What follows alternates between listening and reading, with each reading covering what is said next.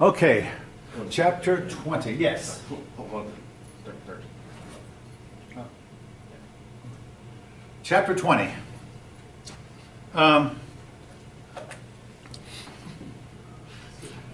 Book starts out with a new party being formed, the Populist, otherwise known as the People's Party. I have a little bit of an affinity with the Populist, owing to the fact that I grew up in a religious movement that came out of populism, even though these people didn't know enough history to realize it. But nevertheless, the movement came out of populism. It means they were for the little man, the party of the common people, the party of the poor, the party of the people about to go under, the party, I might say, of the drinkers. They got together and formed a convention. And they held a convention to nominate a president. All told, they put up 2 presidential candidates, but the last candidate they put up was the same candidate as the Democrats put up. And after that, the populists were dead. You might say, well, the populists only lasted through 2 elections. They must not have been important. Actually, they were very important, because the reason they died was not that their ideas died. The Democratic Party incorporated a lot of their ideas. So in that way, the Populist Party lives on to this day. The party of the little man, the party of the poor. Now, in addition, the Populists did not advocate this, but there was a strong movement against drinking that had been going on for some time. Francis Willard championed the cause against drinking at this time. There had been others. Eventually they formed an organization called the WCTU, or Women's Christian Temperance Union. The word temperance in this case means total abstaining, total abstinence from alcohol. And they associated alcohol with wife beating and child abuse, which in a lot of cases they were right. A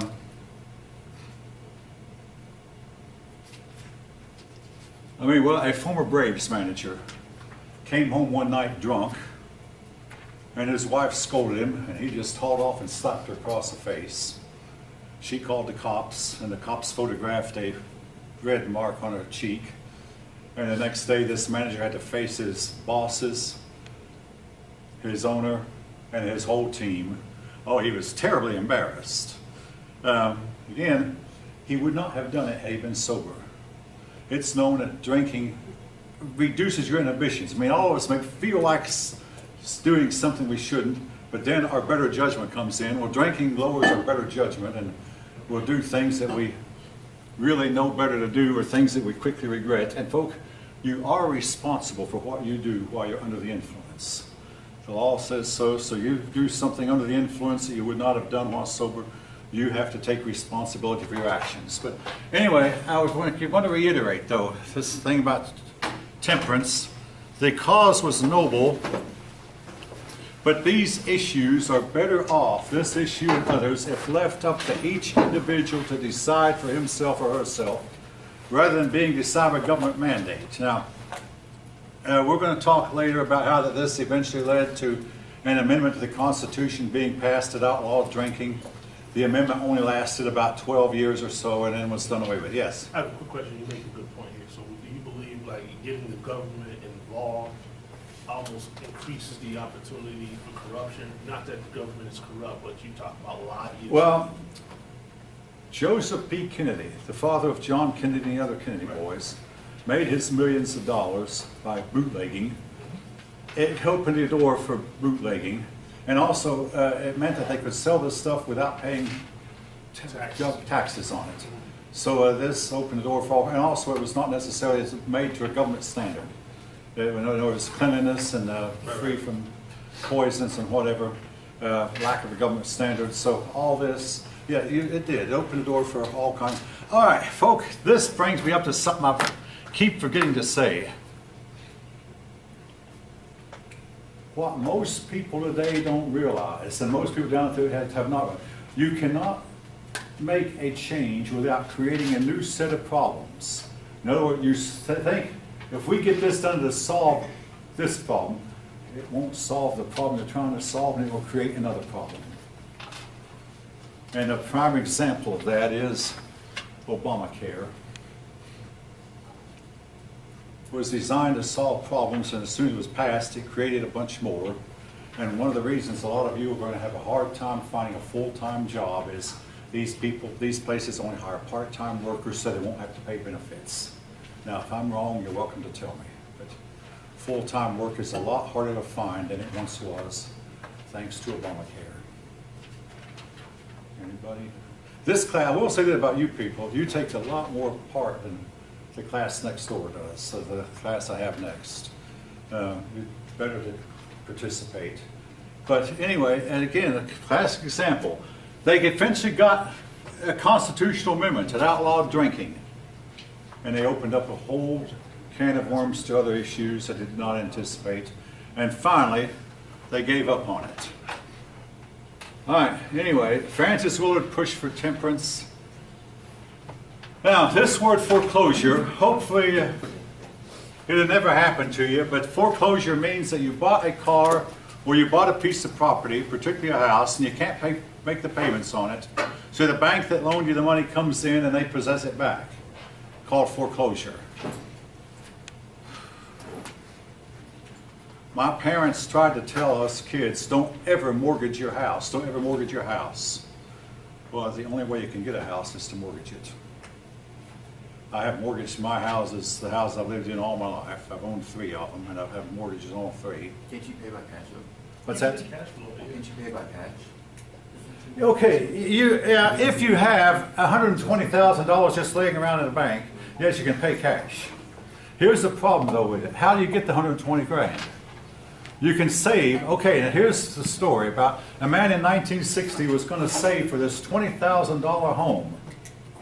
He saved for 20 years, but by that time the price of the house went from $20,000 to $60,000. If you save enough money to buy a house, folk, the rent you pay will keep you from ever buying. Do any of you know what I'm talking about? I mean, to your point, to answer your question, you can't cash flow a house, but I've seen people actually do it.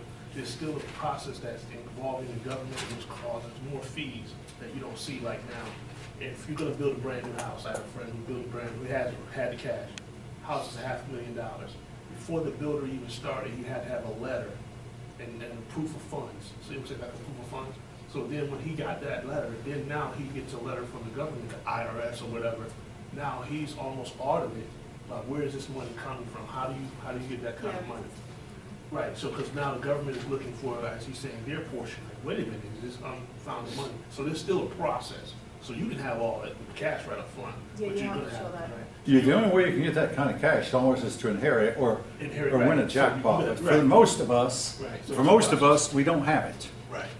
And of course, with all respects to my dad, I mean, he was solving the problems that had gone on at this time period and during the Depression, when a lot of foreclosures, particularly among farmers, there were a lot of foreclosures that went on, and people would lose everything they had and worked for. But then again, the alternative to owning is paying rent. And folk try deducting rent, number one, and number two, the rent is guaranteed to go up. Now, but when you own a home, once you sign that contract, you're paying the same thing. And I heard of a couple that took out a home loan in 1948. 30 years later, in 1978, they paid it off. Their payment's $26 a month. And they paid $26 a month, 30 years. That $26 a month, that was a lot of money in 1948. About a quarter of their income. By 1978, it was a meal at a restaurant. Well, a meal for a family, that is, a restaurant. But again, foreclosure. Banks would close down on the loans for people wouldn't pay. Now, here is another huge issue. Silver versus gold.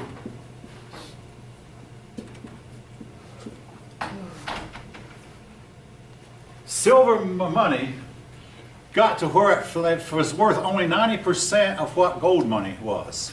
So you had 2 different standards. Now, if this sounds kind of crazy to you, maybe it should. Today, I mean, a dollar is a dollar is a dollar, and there's no such thing as silver. Of course, we don't trade hardly in gold and silver money anymore. And most of the transactions anymore is done by electronically, by wire, you might say, or by computer. But in those days, you could have silver coins or gold coins, and people found out that silver was worth less than gold, so oftentimes they'd pay a mortgage off in silver instead of gold, or pay a debt off in silver instead of gold, or try to. The common people, the lower class people, begged for the government to have a silver standard, actually two standards for money. And again, folk, with our 21st century thinking, we know that they were wrong. You can't have two different standards for money, but silver was looked on as being the poor man's gold. And a lot of persons used a strong emotional appeal. Now later we're going to talk about a man who really pushed for silver coinage, a man named William Jennings Bryan, who made an inflammatory speech that swung a convention to nominate him for president. No, Bryan never got to be president, but he pushed strong for silver. Here is the problem. There just wasn't enough gold in the world. Some of you might not even be aware of this, but at one time, when you had paper money, this paper money was backed up by gold at Fort Knox. President Richard Milhouse Nixon took us off the gold standard. The price of gold was fixed at $32 an ounce for many, many years. When Richard Nixon took us off the gold standard, the minimum wage was $1.25 an hour. In other words, the point I'm not trying to make that they would live so cheaply. $1.25 would buy you what $8 will today. He took us off the gold standard immediately. Inflation spiraled. Inflation was really got out of hand during Nixon's term, and then during Ford's term that followed, and especially out of hand during Jimmy Carter's term that followed. Eventually, Ronald Reagan found a way to get it back under control. But at one time, all paper money was backed up by gold. Today, paper money is nothing more than just that, just plain old paper. But we have agreed to accept it as payment for goods and services. And again, what has happened in recent years, just the last few years, most transactions anymore are not done with paper money, done with electronically. Yeah, I stopped at a restaurant on my way over here because it's going to be about 6 more hours before I get to eat another meal. And I paid for it using a card. Plastic. Most of you looking at me like you know what I mean. But yeah, it's all done by plastic anymore. You got to be careful though that you have enough money in your account to take care of it. All right. Now, in addition to what the populists called for were reforms, and here I'm going to introduce you some terms: initiative, referendum,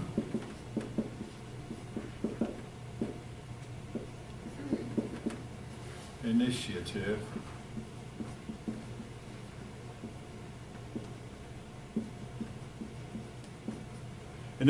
referendum, recall, direct election.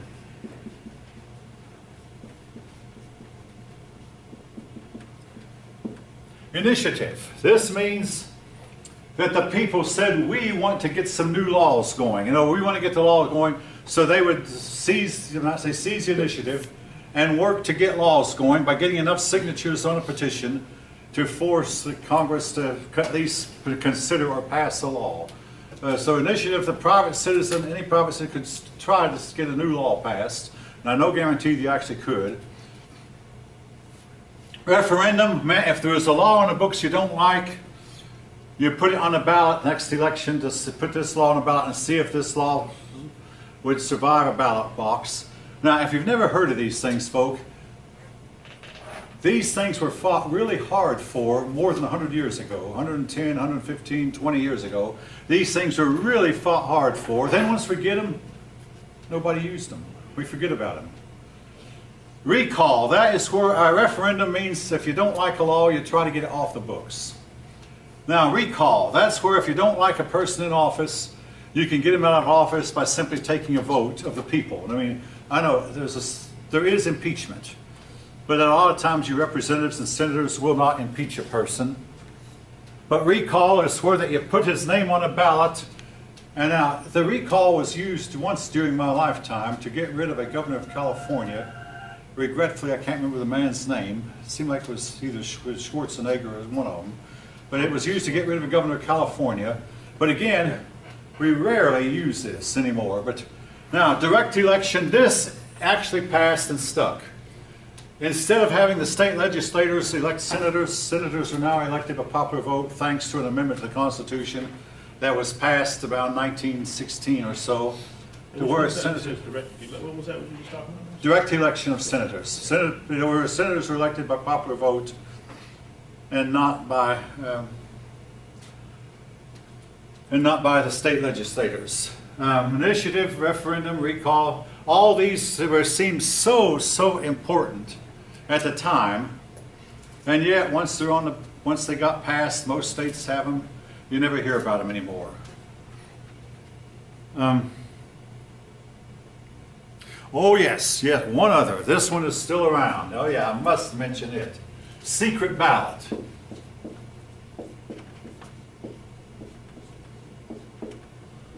The reason for this is politicians used to sell votes.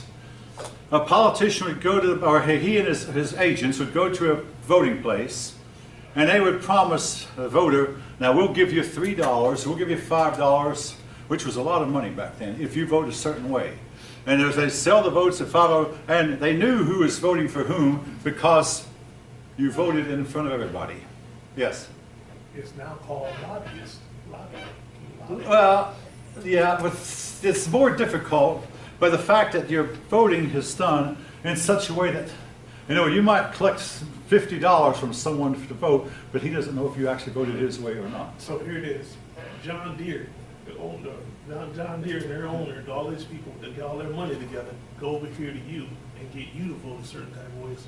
But the lobbying is done it's done in the Congress. Yeah. But as far as lobbying an individual voter going to the polls on election day, that's much more difficult, thanks to the secret ballot. I don't know. Much more difficult. Maybe you disagree with that, but I don't know, sir. it's much. You think that they still can go to a ballot box? No, I don't think they can go to the ballot box, because something I'm thinking, get to you, the voter or some that has that vote to go, get to you before you get to the box out there. Oh yeah, well maybe they can get you a promise vote, but they can't tell how you actually voted. The voting is done in secret, which means that once you get in that little booth, supposedly nobody knows how you voted. Yeah, I don't know. Yeah, so that makes it more difficult to buy an election. Now, buying an election, let me tell you something. In 1960, Joseph P. Kennedy Sr. did buy the 1960 election for his son, but he was quoted one time as having been overheard saying, "Son, I'm not going to buy you a landslide."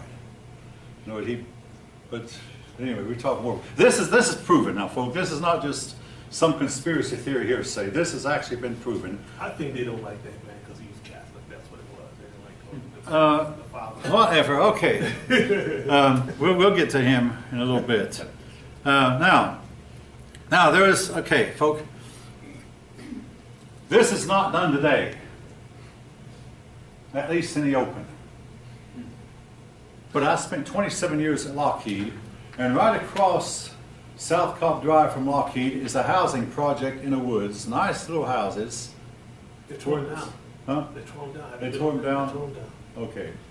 All right, I'll stand corrected. No, I've been but gone from you're right, Lockheed though. 10 They years. used to be there. They were there Yeah. by some high up Lockheed employees. Now, my grandfather lived on Foreman's Road because he was a structural steel foreman. The point I'm making is the company you worked for used to buy your houses for you. They built your house. And you were expected to live. They hired you and you were expected to live on company property. So you lived in the company village. And you bought your groceries and your clothes at the company store. And basically the company owned you. So the company would pay your wage and then get this money back from you when you went to the company store and bought your food and your clothing and medicines and whatever else you bought, all at the company store. You did not need an automobile because you walked to work. The housing was close enough to your job. Now, eventually, President Roosevelt was to outlaw this kind of housing. However, I know of some exceptions. My daughter went to Disney World to work her way through college and worked at Disney World for a while. And at Disney World, a lot of its employees live on Disney property in Disney-owned housing. So this still goes on. But that man named Pullman, all right.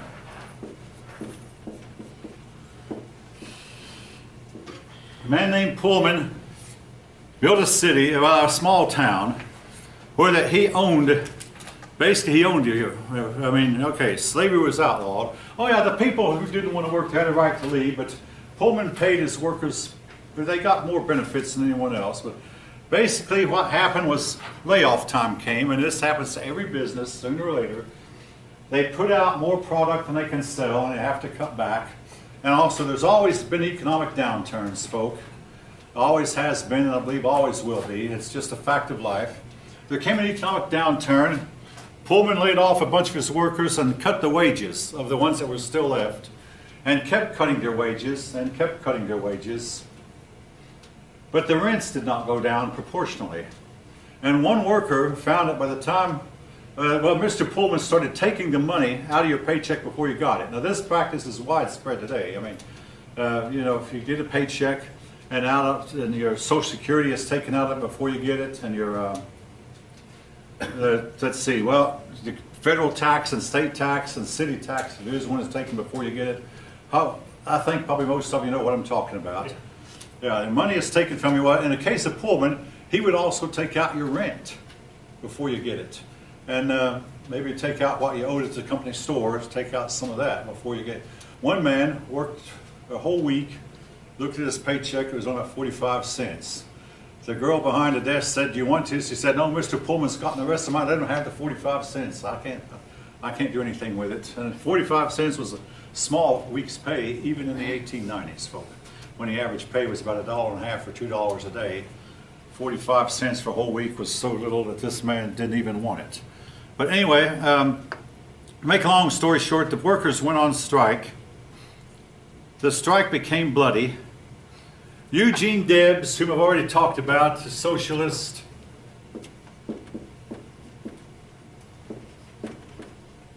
he became involved. The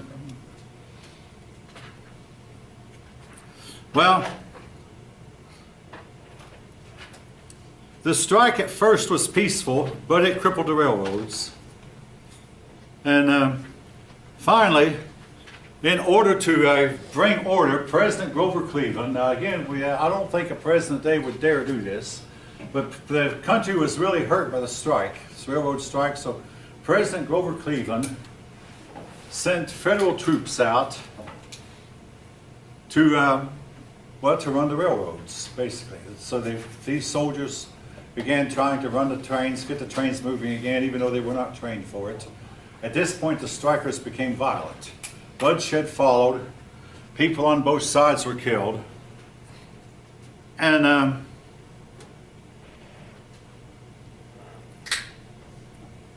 Eugene Debs defied a court-ordered injunction. The courts ordered him and his workers to get back to work. Debs did not. So Debs went to prison for a while. When he got out of prison, he decided, I'm going to become a socialist.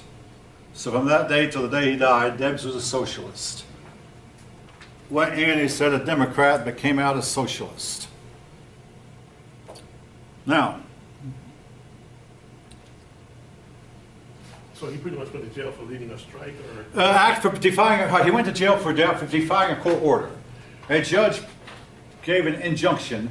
The injunction was ordering everybody must get back to work without regard to the labor dispute. Again, because the country needed the railroads at this point. And the judge's logic was because the railroads were so important that these strikers could not disrupt commerce that much, or could not be allowed to. The court ordered them back to work. The court ordered the strike ended. Debs defied the court order and continued to strike anyway, so the police came and put him in jail. He spent several months in jail and came out a socialist.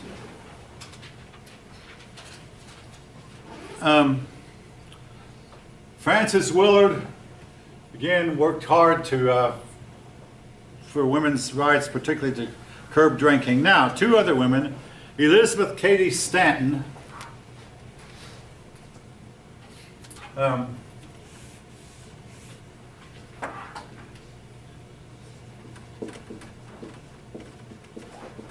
Elizabeth Cady Stanton, and Susan B. Anthony. Susan, thank you, Susan B. Anthony. Yeah, they were in the record vote. Susan B. Anthony, Elizabeth Cady Stanton worked hard to get women the right to vote, which eventually was to happen, but it was still to take some time and takes some effort. Susan B. Anthony, she actually died like right before the women did the right vote. That is true. She actually died. Yeah. She actually got arrested for that reason. Yeah. She voted. Now, we think of the Great Depression of the 30s as the worst depression we ever had. The Great Depression of the 30s was bad. But the worst one in terms of unemployment was the one in the 1890s.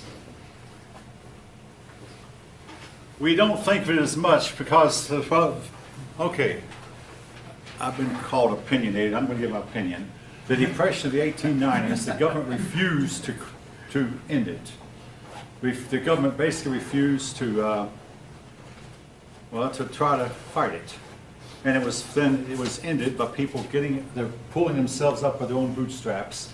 In the 1930s, we elected a president in 1932 who promised to end the Depression, and who didn't. And the result was that the Depression of the 1930s went on, beginning in 1929, it went on and on and on until 1940 when World War II ended it. But until the war came, the Depression kept on going on and on. And again, that was because we were depending on the government to get us out. Yes? Why did the war end the Depression? Oh, in wartime, everybody's employed. See, all these factories convert to war factories. For instance, a shoe factory will convert to itself to making army boots. And they know they can sell everything they make, so they just hire as many workers as they can to make as many boots as they can and sell them to government. And same thing with automobile factories converted to being tank factories or army truck factories, and the government bought everything that they could. So everybody is employed. In wartime, anyone who wants to work, all they've got to do is just, if one factory won't hire them, another one certainly will. And usually any factory that will, I will talk about it, but the factories all of a sudden started trying to steal each other's workers. It's like the men and women woke up one morning and found that every factory in town was begging for workers, and they started paying higher wages and giving out benefits, something they had not done before, were giving benefits, because the government tried to curtail the wages, so the factories started paying in benefits, and that's where benefits started. But that's how war ended the Depression. Are we in a depression now? I want to tell you something about my dad lived through the Depression of the 30s. He said the Depression began long before the stock market crash of 1929, but the people didn't know it. If we don't know it. Now, if history books of the future may say the Great Depression of the 2020s began in 2010, but if we are living in one now, we don't know it yet. My dad always said that, but also he said people were too proud to admit it. But there is a lot of truth in that. The Depression was actually going on before, but then came the stock market crash, and they had to admit it. But back to the time period we're talking about, the 1890s, they had actually 50% of the people unemployed, much higher. In the 1930s, it was up no higher than about 26%, or 1 in 4. This was 1 in 2 people unemployed. And at this point, a lot of persons began to call for government action, saying the government should do something. The government should do something. Hindsight, which has 50-50, I say, hey, no, the government shouldn't do something. You should do something. We should do something. All of us do something together to pull ourselves out of it. Instead, though, they began to believe the government should do something. A man named Jacob Coxey, very famous, very important, especially you hear of Coxey's Army from time to time, or at least I did when I was a kid, because Martin Luther King led a big march on Washington one time, but Jacob Coxey,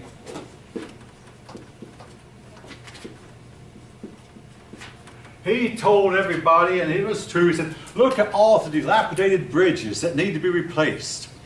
Look at all the dilapidated government buildings that are falling apart that need to be redone. And look at all the roads that are full of potholes and need to be paved. Bridges and roads. Government